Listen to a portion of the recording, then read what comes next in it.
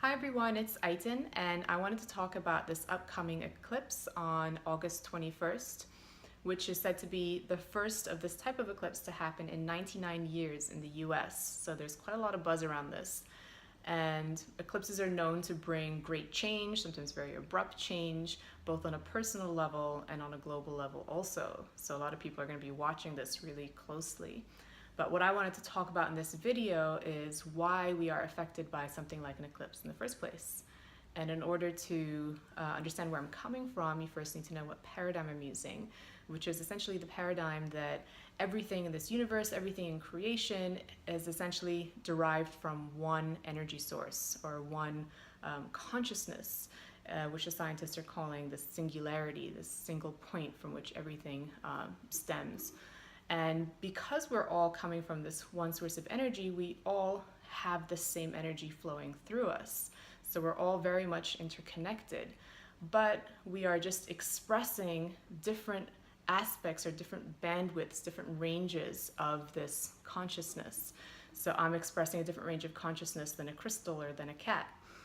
And this can be brought all the way up to the level of planetary bodies, and each planet is said to be expressing its own unique aspect of consciousness as well, which you can think of as a personality.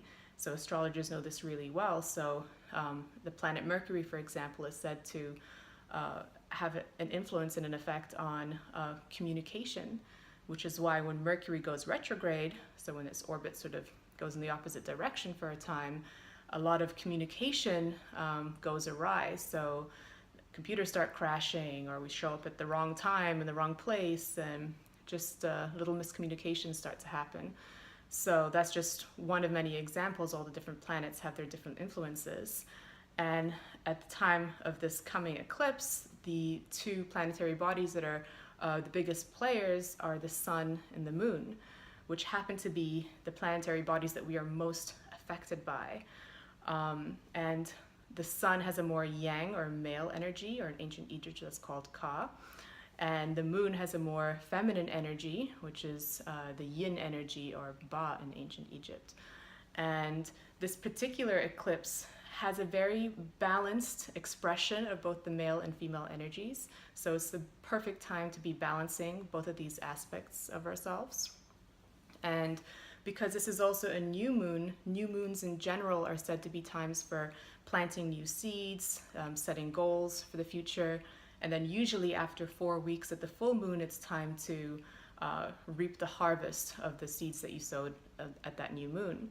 But because this is an eclipse, the hangover doesn't just last 4 weeks, it's lasting a whole 6 months, if not more. So the seeds that you're planting right now are going to have that much more of a lasting effect in your future. So you can think of the soil now as being supremely fertile. So this is really the time to look at any disruptive behavior, any addictions that you have. It's the time for those changes to really be set into motion for you, and for any new activities or new projects that you want to move into, any new paths that you want to move into, any relationships you want to move out of. But one word of caution is that Mercury, the planet I was just talking about, is retrograde right now, and it will be so until September 5th. So while you might feel all this energy and enthusiasm to be making these big changes, you are advised to wait until the 5th to take any kind of big action, such as launching a project or launching a website or something of that nature. And on the day of the eclipse, so on Monday the 21st, I will be hosting an energy healing circle, making use of these potent energies that we can use to our advantage. And it's going to be held at 6:45 p.m. at Sacred Yoga Studio in Boca. And if you can't join us live, you can just tune in remotely from wherever you are at 7 p.m. And between 6:45 and 7, or just whenever you get the chance, I want you to just write down one destructive behavior you're wishing to change, and one goal or intention you wish to set for yourself, so what seed you're wanting to plant, and then one action step that you can take towards getting to that goal.